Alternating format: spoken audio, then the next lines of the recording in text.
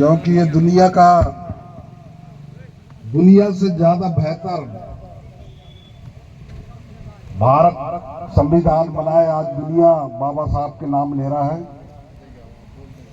ऐसे शख्स को मैं नमन करते हुए और तमाम, क्योंकि समय बहुत कम है, मैं भी जान रहा हूँ, अभी जबलपुर से ही हम लौटे हैं कार्यक्रमों से, तो मैं ज़्यादा बात, क्योंकि बाबा साहब के बखान बहुत सारे लोगों ने किया है, हमारे जो वक्तागण, और बाबा साहब के साथ साथ मैं उस शख्स का भी नमन करता हूँ जिसने बाबा साहब के विचारों को और बाबा साहब के आंदोलनों को जो बढ़ाने का काम किया है, वो काशीराम, उसको भी मैं नमन करता हूं। आज जो दुनिया में या पूरा भारत में बाबा साहब अंबेडकर जी की जो करवा है, काशीराम वैज्ञानिक थे और एक चपरासी से प्रेरणा लिया था उन्होंने।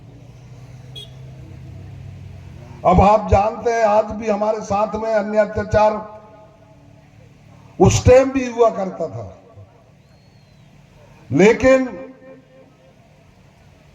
उस चपरासी के प्रेरणा में पूना में काशीराम वैज्ञानिक था। और बाबा साहब का तो बहुत सारे देन हैं, चार लड़के खोया उसने, लेकिन टस से मस नहीं हुआ। जो विदेशों में अभी हमारे वक्तागण बोल रहे थे, उन्होंने कॉन्फ्रेंस की बात कही थी, अगर उस कॉन्फ्रेंस में नहीं जाता 1932 में, तो गांधी जी एक तरफा अपना जाल बिछा दिया। एक तरफ उसकी बच्चा की लाश पड़ी हुई है, दूसरे तरफ उसको कॉन्फ्रेंस में जाना था, लंदन जाना था उनको। उनकी भाई बोले कि भीमा कहां जा रहे हो, आपको पता नहीं कि आपके लड़का खत्म हुआ? तो बोले, भीमा साहब बोला अंबेडकर जी की आज एक लड़का हुआ, लेकिन आज के कार्यक्रम में अगर मैं नहीं गया तो पूरा भारत के लड़के मर जाएंगे। और एक ही लड़का नहीं, चार बच्चा खोया उन्होंने। आज हमारे लोग इतना भारत स्वतंत्रता के आधार पर जो हमारे लिए बाबा साहब ने किया, आज हमारे लोग लड़ नहीं पा रहे हैं। हमारे पढ़े लिखे लोग आवाज नहीं उठा रहे। मेरे पास तो कई उदाहरण हैं और मैं हमेशा लड़ता हूं, चाहे आईएएस हो, आईपीएस हो। मेरी बात को मैं बुलंदी के आधार पर बात कर रहा हूं। जो दहाड़ते, जैसे बाबा साहब ने बोला कि जो शेरनी का दूध आप लोगों ने अभी जो ना उल्लेख उनका कर रहे थे,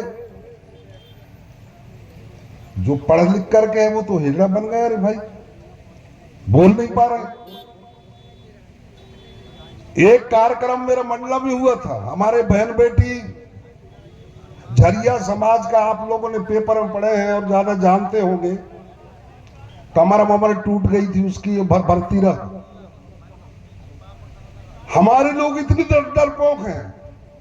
मैं गया वहां पर, झरिया समाज के पूरा नरसिंहपुर से लेकर के सिवनी से लेकर के पूरे आए, लेकिन जो मंडला का झरिया समाज था वो एक धर्मशाला में मीटिंग ले रहे हैं। अरे मन का यहां प्रदर्शन नहीं आया, लेकिन वो बोल नहीं पा रहे हैं। मैं रात में जब बैठा, मैंने एसपी के यहाँ, उस टाइम अभी आईजी हो गया है वो चौहान साहब, मैं कहा साहब उसको भगाने का जो आरएसएस बजरंग दल का था जो जबलपुर से, वहां बैठा, सब लोग भगाने का। मैंने कहा ये मेरा अच्छा दोस्त है, इसको भगने नहीं देना। एसपी से कहा तो एसपी ने हंस दिया, बोले कैसे आपका दोस्त हुआ? बोले, मैंने कहा इसलिए ये समाज जब तक कुटेगा नहीं, जब तक अन्याय अत्याचार नहीं सहेगा, तब तक जागे नहीं। हमारे पढ़े लिखे लोग जिनकी दबाव में अपनी आवाज को बुलंद नहीं कर पा रहे हैं, बताइए। अरे हमारा जो लास्ट छोर में पढ़ा लिखा नहीं है, गरीबी से उन्हें अपने बाल बच्चों को नहीं पढ़ा पा रहा है, उसके लिए कौन बोलेगा? उसकी लड़ाई कौन लड़ेगा? हम बड़ी बड़ी बात कर लेते हैं मंच में, लेकिन जब वो वाकई वहां नीचे उतरना पर तो सब लोग छिप जाते हैं। और मेरे पढ़े लिखे लोग, मेरे आदिवासी भाई, वो तो और गहरे बीते हैं। अभी की उदाहरण बोल रहा हूं, अभी शहडोल में गया है अपर कलेक्टर, जो काम होने वाला है नियम के अंतर्गत वो भी काम को रोक दिया था। मैंने हड़काया तो बैकडेट में, क्योंकि ट्रांसफर हो चुका था, सर्वोधन सिंह अपर कलेक्टर की बात कर रहा हूं मैं, पूछ भी लेना। तो हमने जो पढ़ा लिखा व्यक्ति है, जिनको विद्वान बोलते हैं, आईएएस हो जाते हैं, आईपीएस हो जाते हैं, वो किसकी दबाव में है भाई? मैं तो बहुत लड़ाई लड़ रहा हूं ना। दूसरी तरफ हमने सोच रहे हैं कि यार ये पढ़े लिखे लोग हैं। हमारे एक और भाई था परस्ते में, मैं भी परस्ते हूं, एसडीएम था, मेरे को बहुत चिढ़ा रहा था, कई टाइप की बात, मतलब उत्पीड़न टाइप का बात करता था। मेरे को बड़ा गुस्सा आया। मेरे लोगों को 28 लोगों को अंदर कर दिया बेगड़ कसू। मैं अनूपपुर से आया, उसके खिलाफ लिखा, 3 दिन के अंदर बैहर चला गया था। मैं नाम नहीं लेना चाह रहा हूं। उस दिन से उसको समझ में आया, उसके लड़का था अभियोजन अधिकारी शहडोल में, बोले रहे बहुत खतरनाक नेता, इनसे परिचय करना, और उसके घर गया एहसास कराने के लिए।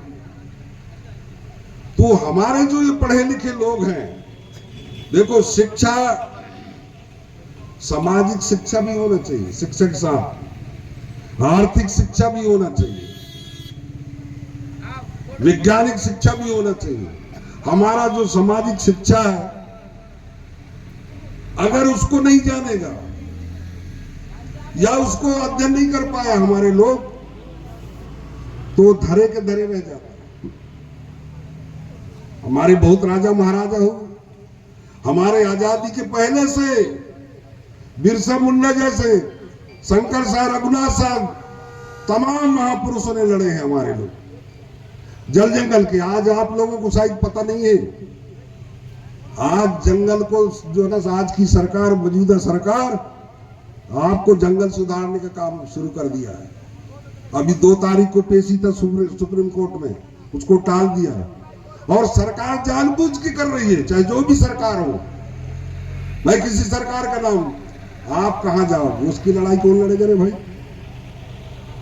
इसलिए बातें बहुत सारे हैं, क्योंकि मैं खुद ही लेट आया और मुझे जानकारी भी वैसे तो था, लेकिन मैंने कहा बहुत सारे बातें हैं जो मैं नहीं कर पा रहा हूं।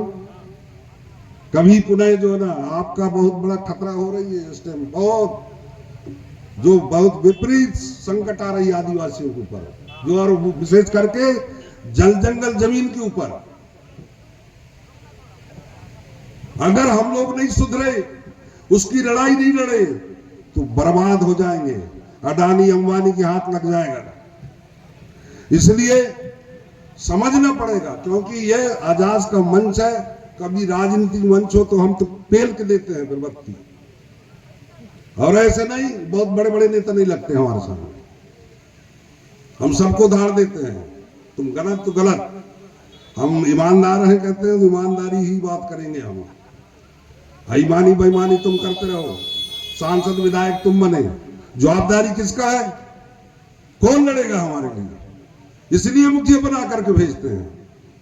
इस समाज के एक आदमी, आज जल जंगल जमीन दादा हीरा सिंह मरकाम के नेतृत्व में हमारे मंच में वृंदा करात आई, हमारे मंच में शरद सिद्धार आए, शरद यादव जी आए, जब जाकर के तब आपको वन अधिकार का जो कानून बना। हमारे लोग जो 55-56 सांसद होते हैं, 47 विधायक हो, तो कभी भी ये बात रखा समाज के लिए? पेट भरने का है। राजनीति में तो उसको बोल दिया था एक बार, जो 14 लोग पलट के मरे, तो मैंने कहा ये अस्पताल देके सैपुरा में भी आया था, ओम प्रकाश भी थे, बहन हमारे मंत्री मंडला की संपत्ति हुई की जी। मैंने कहा देखा? बोले हाँ भैया देखा। मैंने क्या देखे? रेफर सेंटर है। मैंने कहा और आप कब तक पेट पाले रहोगे राजनीति करते करते?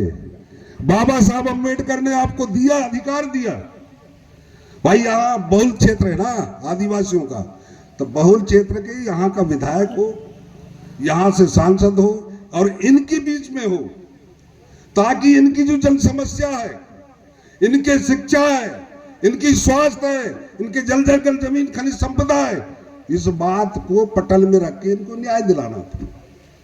करे आज तक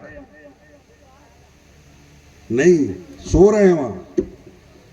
मैं वो कुलस्ते को बोल रहा था एक मंच में, मैंने कहा कब तक ऐसा करोगे, कब तक समाज को गर्त में डालोगे? बड़ी मंच में आपने देखा होगा मेरे वीडियो, बसनिया बांध वाला, मैं 37-35 साल के सांसद में एक तो काम बता दे, आदिवासी क्षेत्र में नहीं बता पाया। इसलिए साथियों बहुत सारी बातें हैं, अच्छी बात है। अंबेडकर जी हमारा पूजनीय है, हमारे लिए बहुत सारी कुर्बानी दिया है उसने, अपने बाल और बच्चों को त्यागा है, अपने हक अधिकार का जो हो हमारे लिए लड़ा है। ऐसे महान पुरुष का पुनः मैं नमन करता हूं, प्रणाम करता हूं और अपनी बात को यहीं विराम देता हूं। जय शिवा, जय वड़, जय भीम।